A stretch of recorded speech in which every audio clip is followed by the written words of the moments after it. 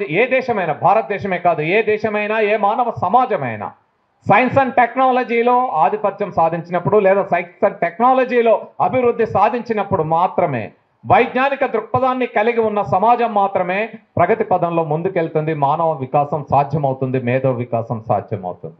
కానీ మన దేశంలో దాదాపు 1500 సంవత్సరాల పాటు ఈ వైజ్ఞానిక దృక్పథం కొరవడమే కాకుండా దేశ స్వతంత్రం వచ్చిన తరువాత ఆనాటి జాతీయోద్యమ స్ఫూర్తితో మొదటి తరం సైంటిస్టులు ఒక్కొక్కరు ఒక్కొక్క వ్యక్తులుగా, ఒక్కొక్క వ్యక్తి సంస్థలుగా, ఒక్కొక్క సంస్థగా ఎదిగి ఈ దేశ సైన్స్ రంగంలో స్వావలంబన సాధించాలనే ఉద్దేశంతో అనేక సంస్థల్ని మొదలుపెట్టారు.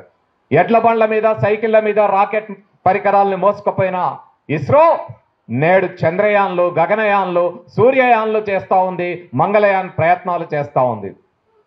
ఆ విధంగా ప్రతి ఒక్క రంగంలో మన సైంటిస్టులు బాటలు వేశారు.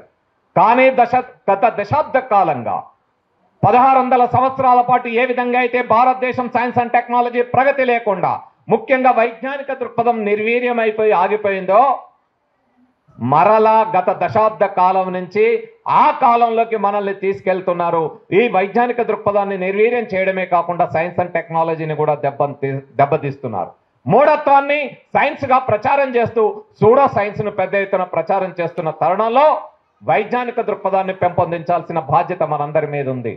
ఈరోజు సైన్స్ అంటే ఏంటి, లేదా సైంటిఫిక్ టెంపర్ అంటే ఏంటి, టెక్నాలజీ అంటే ఏంది కూడా తెలియకుండా, లేదా దాని గురించిన ఆలోచన లేకుండా టెక్నోక్రాట్స్ పెద్ద ఎత్తున తయారవుతున్నారు తప్ప వైజ్ఞానికవేత్తలు మాత్రం తయారు కావడం లేదు. సైన్స్ ప్రకృతిలో ప్రతి అంశాన్ని శోధించి మన సెన్స్ ఆర్గాన్స్ ఏవైతే జ్ఞానేంద్రియాలు ఈ నేచర్ గురించిన ఇన్ఫర్మేషన్ మనకి ఇస్తావో, ఆ ఇచ్చే ఇన్ఫర్మేషన్ ఆల్వేస్ కరెక్ట్ కాదు కాబట్టి అనేక భ్రమలకి, భ్రాంతులకి మనం లోన్ అవుతున్నాం. కాబట్టి వాస్తవం ఏమిటో, సత్యమేమిటో ఒక తార్కికమైన క్రమ పద్ధతిలో, ఒక మెథడ్ ఆఫ్ సైన్స్ పద్ధతిలో అన్వేషించి తెలుసుకోవడమే సైన్స్.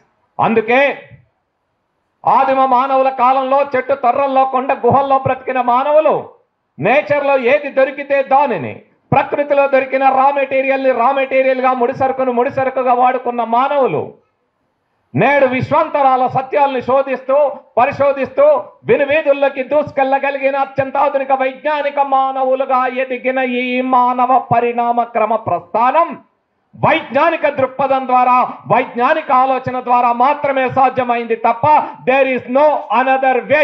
ఇంకో మార్గమే లేదు. ఏ మాయలతో, ఏ మంత్రాలతో, ఏ తంత్రాలతో, ఏ మహత్యాలతో, ఏ మహిమలతో అది సాధ్యం కానే కాదు. The one and only way scientific temperament and the వైజ్ఞానిక దృక్పథం.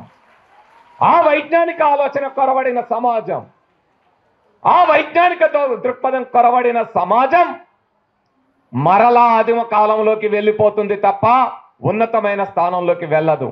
ఉన్నతమైన స్థానంలోకి వెళ్ళాలంటే మనం ఏం చేయాలా?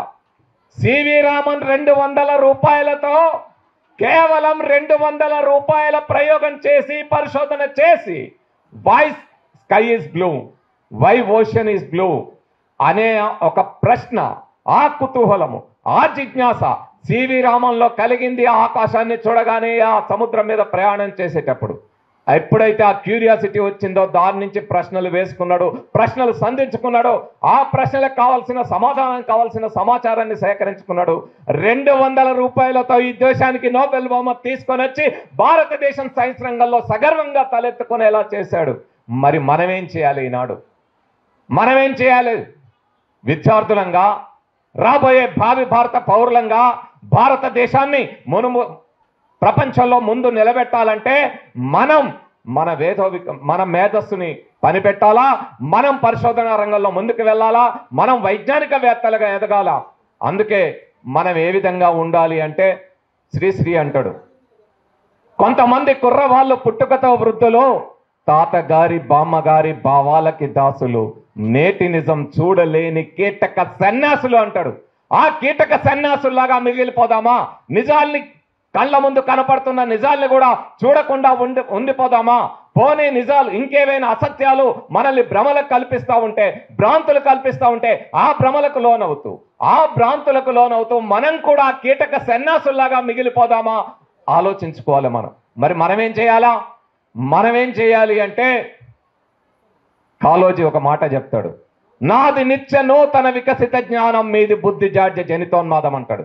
ఈనాటి పాలకులు దేశంలో చాలా మంది ఈ బుద్ధి జాడ్య జనితోన్మాదుల్ని తయారు చేసి భారతదేశాన్ని మళ్ళా రాతి యుగంలోకి నడిపించాలనే ప్రయత్నం చేస్తున్న తరుణంలో మత ఉన్మాదంతో, కుల ఉన్మాదంతో అనేక రకాలుగా ప్రజల్ని చీల్చి ప్రజల మధ్య తగవులు పెట్టి ఈ సమాజాన్ని మళ్ళా వెనకటి కాలంలోకి తీసుకెళ్లాలని తప్పిస్తున్న తరుణంలో మనం నిత్య నూతన వికసిత విజ్ఞానవంతులుగా ఎదగాలని, అదే ఈ జాతీయ సైన్స్ దినోత్సవం అని మన అందరం తెలుసుకోవాల్సిన బాధ్యత మన మీద ఉంది మిత్రులారా. ఆ బాధ్యత నెరవేర్చాలంటే, ఇంతకుముందు మన మిత్రులు చాలా మంది మన స్టూడెంట్స్ వచ్చి చెప్పారు, మేడం క్యూరీ గురించి మాట్లాడారు, సివి రామన్ గురించి మాట్లాడారు, ఐన్స్టీన్ గురించి మాట్లాడారు, అలా చాలా మంది గురించి మాట్లాడుకున్నాం. ఏమిటి వాళ్ళ గురించి మనం తెలుసుకోవాల్సింది? ఒకే ఒక అంశం చెప్పి నేను ముగిస్తా. ఐన్స్టీన్ గురించి చాలా మాట్లాడుకుంటాం. ఐన్స్టీన్కి ఏ రోజు మన సైన్స్ అంటే మార్కుల కోసం పరిగెత్తడం, మన సైన్స్ అంటే పరీక్షల కోసం పరిగెత్తడం, మన సైన్స్ని ఏ రకంగా తయారు చేశారంటే కాంపిటేటివ్ ఎగ్జామ్లో ఉద్యోగాల కోసం తయారు చేశారు. కానీ ఆ సైన్స్ అంటే అది కాదు అని ఐన్స్టీన్ జీవిత చరిత్ర చూస్తే అర్థమవుతుంది. ఐన్స్టీన్కి ఏ రోజు డిస్టింక్షన్స్ రాలేదు, ర్యాంకులు రాలేదు, ఎంసెట్ లాంటి ఎంట్రన్స్ రాస్తే కనీసం క్వాలిఫై కూడా కాలేదు. ఎక్కడ ఉద్యోగం దొరక్క ఒక పేటెంట్ ఆఫీసులో ఎంప్లాయీగా జాయిన్ అయ్యాడు ఐన్స్టీన్. పేటెంట్ ఆఫీసులో ఎంప్లాయీగా జాయిన్ అయిన Einstein one fine morning in the year of 1905 సంవత్సరంలో ఒక 5 సైంటిఫిక్ థియరీస్ ఇలా వదిలిపెట్టాడు సైంటిఫిక్ కమ్యూనిటీ ముందు. ఏమైంది వదిలిపెడితే? ఎవడు గడితే దిమ్మ తిరిగి వాడే పండుగాడు కాదు, వాడే ఐన్స్టీన్ కొట్టిన ఆ దెబ్బకి మొత్తం సైంటిఫిక్ కమ్యూనిటీ ఒక దిమ్మ తిరిగి మైండ్ బ్లాంక్ అయిపోయింది.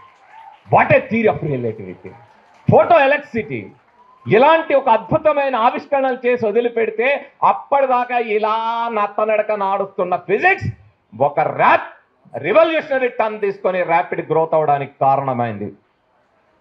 అది అప్పుడు అడిగారంటే అందరూ, ఏమయ్యా నువ్వేమో ఆక్స్ఫర్డ్ యూనివర్సిటీ నుంచి వచ్చావా, కేంబ్రిడ్జ్ యూనివర్సిటీ నుంచి వచ్చావా, రాయల్ సొసైటీ నుంచి వచ్చావా అని వెతికితే ఎక్కడా కనపడట్లేదు. చూస్తే ఓ పేటెంట్ ఆఫీస్లో ఎంప్లాయీ, పేటెంట్ ఆఫీస్ నుంచి ఎలా వచ్చావయ్యా, ఏంటిదయ్యా ఇది, నీ వెనకాల ఏం జరిగింది, అసలు ఏంది ఇది మాకు అర్థం కావట్లేదు, వాట్ ఏ మిరకిల్ అన్నారంట. అప్పుడు ఐన్స్టీన్ ఏమన్నాడు తెలుసా? I have no magical wand in my hand, నా చేతిలో ఏ విధమైన మంత్రదండం లేదు. ఐఆమ్ ప్యాషనేట్లీ క్యూరియస్, తెలియని విషయం తెలుసుకోవాలనే తపన, కుతూహలము, జిజ్ఞాస ఉంటే మీరే సైంటిస్టులు అవుతారు అని చెప్పాడు. ఏం చేయాలి మనం ఏం చేయాలా? మన దగ్గర దొరికే, మన దగ్గర అందుబాటులో ఉండే ప్రతి అంశంతో మనం ప్రయోగం చేయాలా, ప్రతి దాన్ని ఎక్స్పెరిమెంట్ చేయాలా. ఎక్స్పెరిమెంట్ అనగానే మనకి పెద్ద పెద్ద అంశాలు గుర్తొస్తాయి. సిసిఎంబి ఉండాలా, ఐఐసిటి ఉండాలా, లేకపోతే ఇంకెంత పెద్ద ల్యాబొరేటరీ ఉండాలా, ఇస్రో ఉండాలా, ఎన్ఆర్ఎస్సి ఉండాలా, నేషనల్ రిమోట్ సెన్సింగ్ సెంటర్ ఉండాలా, ఇలాంటివి ఆలోచిస్తాం. ఇంతకుముందే చెప్పా, 200 రూపాయలతో దేశాన్ని నోబెల్ ప్రైజ్ తీసుకొచ్చాడు సివి రామన్. కాబట్టి మీ డబ్బులు ఎక్విప్మెంట్ కాదు. ఏంటిది బ్రెయిన్, యూజ్ యువర్ బ్రెయిన్ అంటారు. సో మన మెదడుని ఎంత షార్పెన్ చేస్తే అంతగా మనం ఎదుగుతాం. అది గనక మెదడు గనక మనకు పని చేయడం మొదలు పెడితే, your kitchen is a laboratory. నీ ఒంటిట్లో ఉండే ప్రతి దానితో నువ్వు ప్రయోగం చేసి నువ్వు మన సైన్స్ ఫేర్ లో పెద్ద ప్రాజెక్టులను ఇక్కడ చూపెట్టచ్చు. Your playground is a laboratory. నువ్వు ఆడుకునే గోళీలాటలో, నువ్వు ఆడుకునే కబడ్డీలో, నువ్వు ఆడుకునే క్రికెట్లో ప్రతి దాంట్లో సైన్స్ ఉంటుంది. ఆ సైన్స్ ఎక్స్పెరిమెంట్ని ఇక్కడ ప్రూవ్ చేయగలిగితే you will become a scientist. ఇంకా మాట్లాడితే your bathroom is a laboratory. అవునా కాదా? నవ్వుతున్నాం కదా. మీకో విషయం తెలుసా? గుండె సోది నీళ్లలో వేస్తే మునుగుతుంది, కానీ అంత పెద్ద షిప్, స్టీమర్ మునగదు. ఎందుకు మునగదు? Laws of floating. Why things floats in the liquids అనే అంశాన్ని లాస్ ఆఫ్ ఫ్లోటింగ్, ప్లవన సూత్రాలు అంటారు. ఈ లాస్ ఆఫ్ ఫ్లోటింగ్ ని, ప్లవన సూత్రాలని, బయాన్సీ గురించిన అంశాలని, డెన్సిటీ గురించిన అంశాలని కనుగొన్న ద గ్రేట్ సైంటిస్ట్ ఎవరు? ఎవరు? ఆర్కిమెడిస్ కనుగొన్నది ఎక్కడో తెలుసా? బాత్రూంలో. పోయి మీ సైన్స్ టీచర్ని అడగండి. నాకు మళ్ళీ ఎమ్మటే ఇక్కడ వారు చూస్తుంటే టైం చేయలేదు నిన్న స్టోరీ చెప్పాలని. So laws of floating, why things floats in the liquids అనే సూత్రం అది డిస్కవరీ అయింది బాత్రూంలో. So your bathroom is a laboratory. మనం ఆలోచించగలిగిన శక్తి ఉంటే, మేధస్సుకు పని చెప్పగలిగితే ప్రతి దగ్గర ప్రతి చోట మనం ఎక్స్పెరిమెంట్ చేయగలుగుతాం. ఆ విధంగా శోధన, పరిశోధన, search and research in a systematic and logical method. దేనిని మూఢంగా నమ్మకండి. ప్రతిదాన్ని ప్రశ్నించండి. ఎందుకు, ఏమిటి, ఎప్పుడు, ఎక్కడ, ఎలా, ఇలాంటి ప్రశ్నలే మానవ ప్రగతికి మూలం అంటాడు డాక్టర్ బాబాసాహెబ్ అంబేద్కర్. సో ఆ ప్రశ్నని మనం వేసుకోవాలా. అంతేకాదు మిత్రులారా, ఒకే ఒక్క అంశం చెప్పి నేను ముగిస్తా.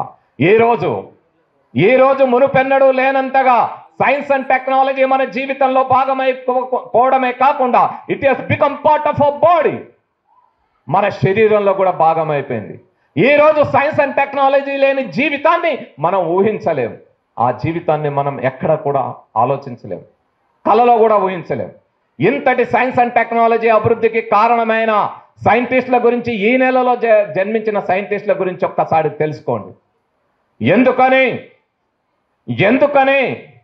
తరతరాలుగా నమ్ముతున్న సృష్టి సిద్ధాంతాన్ని ఆదాం సృష్టించాను, యెహోవా ఆదాము నుంచి పక్క ఎముకను పోకి తీసి అవ్వను సృష్టించాను, ఈవును సృష్టించాను, లేకపోతే బ్రహ్మదేవుడు మట్టితో బొమ్మలు చేసాను అని చెప్పబడిన సృష్టి సిద్ధాంతాన్ని కాదని మన దాశరథి చెప్పినట్టు భూగోళం పుట్టుక కోసం రాలిన సురగోళాలెన్నో, ఈ మానవ రూపం కోసం జరిగిన పరిణామాలెన్నో. ఈ మానవ రూపం కోసం 350 కోట్ల సంవత్సరాల జీవ పరిణామం ఫలితంగా జరిగిందని చెప్పిన డార్విన్ జన్మించింది ఫిబ్రవరి 12వ తేదీ. కానీ ఈ రోజు వరకు ఏ సైంటిస్ట్ ఎదుర్కోనన్ని అవమానాల్ని, అంతటి ట్రోలింగ్స్ ని, అంతటి దాడుల్ని ఎదుర్కొన్న కొన్ని వేల పరిశోధనలో డార్విన్ చెప్పింది సత్యమని నిర్ధారితమైన, నిరూపితమైన సత్యంగా ఈరోజు మనందరి ముందు నిలబడ్డది మిత్రులారా. గెలీలియో సత్యాన్ని కనుగొనేందుకు, కోపర్నికస్ భూమి చుట్టూ సూర్యుడు తిరుగుతా ఉన్నాడు అని చెప్తున్నప్పుడు కాదు సూర్యుని చుట్టే తిరుగుతుందని చెప్పినందుకు అనేక అవమానాలు ఎదుర్కొన్నాడు. ఆ మాటను ప్రచారం చేసినందుకు గెలీలియోని జీవితాంతం హౌస్ అరెస్ట్ చేసి గెలీలియోని గుడ్డివాడిని అయ్యేట్టుగా చేశారు. అదే మాటను ప్రచారం చేసిన బ్రూనో అనే సైంటిస్ట్ను 8 ఏళ్ళు మా మత విశ్వాసాలకు విరుద్ధంగా మాట్లాడతావా, మా నమ్మకాల్ని విరుద్ధంగా మాట్లాడతావా అని 8 ఏళ్ళు అత్యంత క్రూరంగా హింసించి మంటల్లో వేసి కాల్చి చంపారు. ఈ రోజు మనం అనుభవిస్తున్న ఈ శాస్త్ర సాంకేతిక ఫలితాలన్నీ కూడా అలాంటి అనేక మంది వైజ్ఞానికవేత్తల త్యాగ ఫలితం. భారతదేశ స్వతంత్రం కోసం భగత్ సింగ్, రాజ్గురు, సుఖ్దేవ్ లాంటి వీరులు ఎలాగైతే ఉరికంబాలనెక్కి ప్రాణాలు త్యాగం చేశారో, ఈ వైజ్ఞానిక అభివృద్ధి కోసం అలాంటి త్యాగాలు చేశారు. కాబట్టి మేడం క్యూరీ గురించి మాట్లాడారు కదా, క్యాన్సర్ వ్యాధికి ఈరోజు ఆమె కనుక్కున్న రేడియేషన్ థెరపీ కారణమై అనేక మంది ప్రాణాలు కాపాడితే ఆ క్యాన్సర్ వ్యాధితో ఆమె చనిపోయింది. కాబట్టి అలాంటి త్యాగదంలో స్ఫూర్తిని నింపుకొని మత ఉన్మాదాలకి, కుల ఉన్మాదాలకి వ్యతిరేకంగా ఒక వైజ్ఞానిక దృక్పథం కలిగిన, సైంటిఫిక్ టెంపర్మెంట్ కలిగిన వైజ్ఞానికవేత్తలుగా, విజ్ఞానవంతులుగా మీరందరూ ఎదగాలనే ఈ బాలోత్సవం ఈ రకమైన ఉత్సవాలను నిర్వహిస్తూ ఉంది. అదేవిధంగా మొత్తం దేశమంతటా కూడా ఈ జాతీయ సైన్స్ దినోత్సవ స్ఫూర్తి నింపబడతా ఉంది.